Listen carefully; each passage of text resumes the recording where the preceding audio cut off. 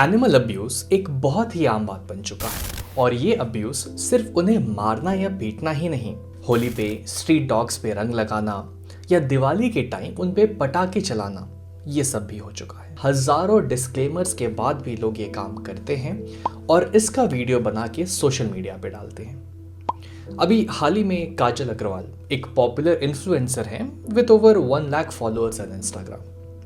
करीब last year November and के करीब उन्होंने सोशल मीडिया पे एक वीडियो अपलोड किया जिसमें उन्होंने एक डॉग को पास बुलाया और फिर उसे किक किया और उसको गाली दी। अब इस वीडियो का क्या मतलब है और उन्होंने ये क्यों किया होगा, किसी को पता नहीं। पर सोशल मीडिया पे बैकलैश पाने के बाद उन्होंने अपना आउटलुक बिल्कुल चेंज कर दिया और दिखाने लगी कि वो एनिमल्स को कितना प्यार करती हैं। उनके हिपोक्रेसी को बहुत लोगों ने सोशल मीडिया पे एक्सपोज किया, यहां तक कि न्यूयॉर्क पोस्ट ने भी इस हरकत को कवर किया।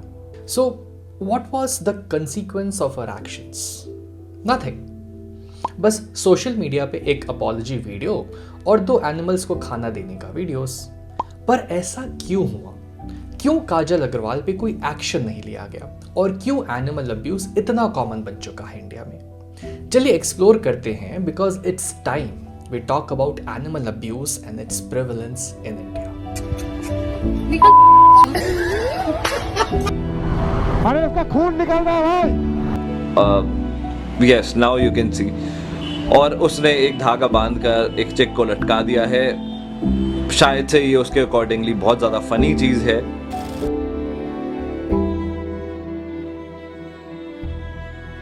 इंडिया में एनिमल क्रुएलिटी को रोकने के लिए 1960 में the prevention of cruelty to animals act लाया गया था। अकॉर्डिंग टू दिस एक्ट, अगर कोई भी एनिमल्स को हरास करे या उन पे किसी तरह का टॉर्चर करे तो उन्हें 10 से 50 रुपए का फाइन लग सकता है। अगर 3 महीनों के अंदर उन्होंने फिर से ये काम किया तो फाइन 25 रुपए से 100 रुपए तक हो सकती है। सोचिए, ये लॉ जब लाया गया तब शायद ये फाइन अमाउंट्स जिनकी मैंने अभी बात की मीनिंगफुल रहे होंगे, पर आज के दिन ये ऑलमोस्ट कोई पेनाल्टी ना होने के बराबर है। अगर आप हेलमेट के बिना बाइक चलाते हुए पकड़े गए तो इससे ज्यादा फाइन आपको लगेगा, चाहे आप इंडिया में कहीं भी हो। एक्चुअली मैंने कैलकुलेट तक किया, इन्फ्लेशन के मुताबिक 1960 का 10 रुपए आज 800 रुपए से ज्यादा होना चाहिए, पर फाइन को तो कभी अपडेट ही नहीं किया गया।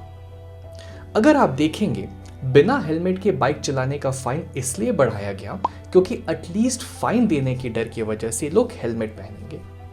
तो ऐसा सेम ट्रीटमेंट एनिमल क्रुएलिटी पे क्यों नहीं दिया गया? और ये बात समझिए, ये लॉ सिर्फ डॉग्स को प्रोटेक्ट नहीं करता, हर एनिमल को प्रोटेक्ट करता है, चाहे वो कैट हो, काऊ हो या कंगारू हो। लॉ का तो हाल आपने देख लिया। इस टॉपिक पे हम वीडियो के एंड में फिर से लौटेंगे, तो जरूर देखते रहिए। फिलहाल टॉपिक को थोड़ा चेंज करते हैं, थोड़ा एनिमल्स और एनिमल लवर्स की बात करते हैं जो मासूम जानवरों की रक्षा करते हैं और उनकी देखभाल करते हैं। चलिए जानते हैं ब्रिजमोहन के बारे में, एक 57 साल का आदमी जिन्हें एनिमल्स से बेहद प्यार है। रोज वो अपने घर के आसपास के डॉग्स को खाना खिलाना पसंद करते हैं। दिल्ली के निवासी ब्रिज जी ठीक ऐसे ही 25 जून 2020 को अपने घर के सामने कुछ डॉग्स को खाना खिला रहे थे, लेकिन उस रात के अंत तक उनकी मौत हो चुकी थी। क्यों? क्योंकि उनके डॉग्स को खाना खिलाने की वजह से उनके नेबर को बहुत प्रॉब्लम हो रहा था। प्रॉब्लम से बहस हुई और बहस बढ़ते बढ़ते ये हुआ कि एक 21 साल का एक नौजवान, उन्होंने ब्रिज जी को चाकू से वार किया जिससे उनकी मौत हो गई। हैरान मत होइए, ये तो बहुत ही कॉमन बात है, घबराइए मत। चलिए बात करते हैं दिल्ली से एक कश्मीरी फैमिली के बारे में जो कि ब्रिज जी के जैसे ही अपने घर के आसपास के डॉग्स को खाना खिलाना पसंद करते थे। 2018 के मई महीने में उनकी इस हरकत से कुछ लोगों को तकलीफ हुई और वो इस फैमिली को, जिसमें 4 बहनें थीं और एक भाई था, उनमें एक मॉब का हमला हुआ। उन्हें मारा पीटा गया क्योंकि वो डॉग्स को खाना खिलाते थे। तो एनिमल लवर्स का फेट हमेशा ऐसा ही क्यों होता है कि उन्हें बिना किसी कारण के मारा पीटा जाता है? खैर, ये तो एक्सट्रीम केसेस हैं, लेकिन एनिमल लवर्स की किस्मत सही दिशा तब लेगी जब हम एनिमल अब्यूज के पीछे जो इंसान हैं उन्हें गौर से देख पाएंगे।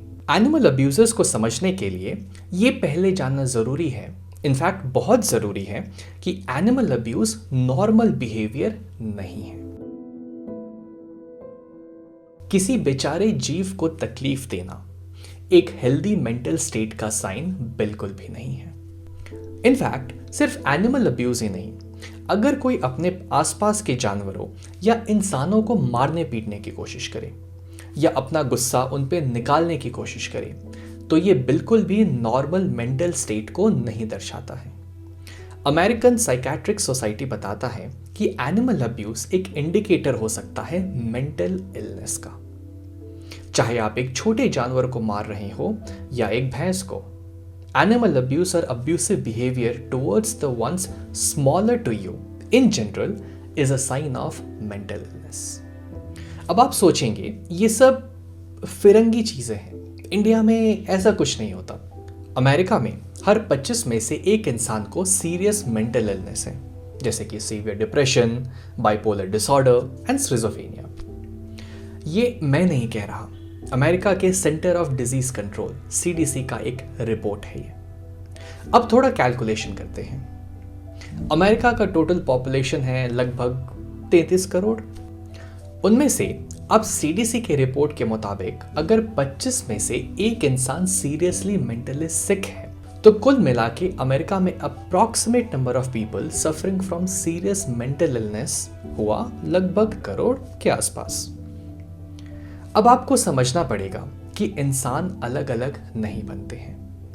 अमेरिका में जो रहते हैं वो भी इंसान जैसे हैं, जैसे कि आप, मैं और हम लोग जो बैठ के वीडियो देख रहे हैं।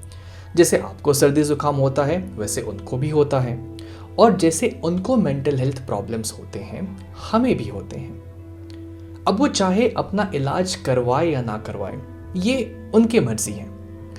पर अगर थोड़ा सा कैलकुलेट किया जाए तो उसी CDC के रिपोर्ट के आधार पे अगर हम इंडिया के लगभग 140 करोड़ के पॉपुलेशन में से कैलकुलेट करेंगे, तो approximate number of people suffering from serious mental health problems का आपको पता चलेगा। इंडिया में भी तकरीबन 55 करोड़ ऐसे लोग हो सकते हैं जो सीवियर मेंटल इलनेस के शिकार हैं। इंडिया में सोशल स्टिग्मा की वजह से ज्यादा लोग मेंटल इलनेस को सीरियसली लेते ही नहीं हैं या नजरअंदाज करते हैं। लोग सोचते हैं कि मेंटल इलनेस मतलब किसी का पागल हो जाना।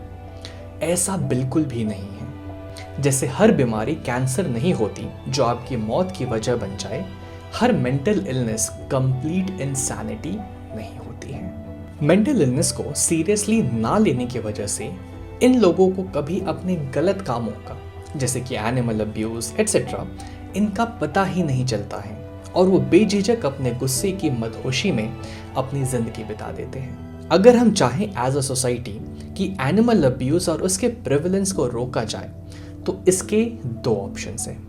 पहला, हमें मेंटल हेल्थ को डीस्टिग्माटाइज करना पड़ेगा ताकि लोग अपने अंदर हो रहे प्रॉब्लम्स को बिना किसी शर्म के डॉक्टर्स के साथ प्रॉपरली डिस्कस कर सकें। इससे एनिमल अब्यूज कम होगा क्योंकि with expert help animal abuse और अब्यूसिव बिहेवियर को ट्रीट किया जा सकता है। और दूसरा, हमें as a society animal abuse laws को अपडेट करने के लिए कदम उठाने पड़ेंगे। We live in a democracy and if we join our voices we can make the laws change. इस वीडियो के डिस्क्रिप्शन में मैंने एक change.org का पिटिशन भी डाला है। अगर आप सच में इस लड़ाई का हिस्सा होना चाहते हैं और चाहते हैं कि एनिमल अब्यूज के खिलाफ लॉज और स्ट्रिक्ट हो, तो आप उस पिटिशन को साइन कर सकते हैं। मिलते हैं अगले वीडियो में, तब तक के लिए नमस्कार।